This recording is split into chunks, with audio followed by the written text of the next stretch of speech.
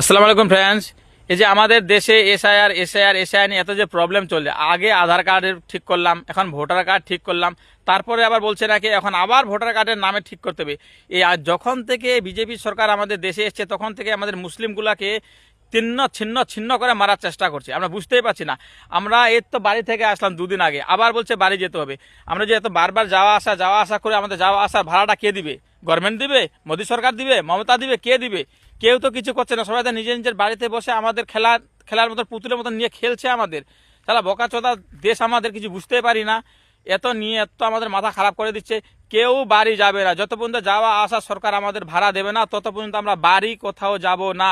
তাহলে এসে নিয়ে যা করার করুক, ঠিক আছে বন্ধুরা? ভয় করার কিছু নাই। ভয় যদি করবে শালা সেই করবে।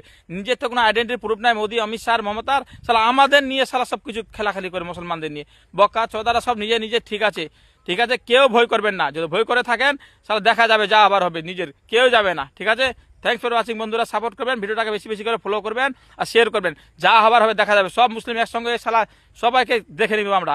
Thank you. আসসালামু আলাইকুম ওয়া রাহমাতুল্লাহি ওয়া বারাকাতুহু।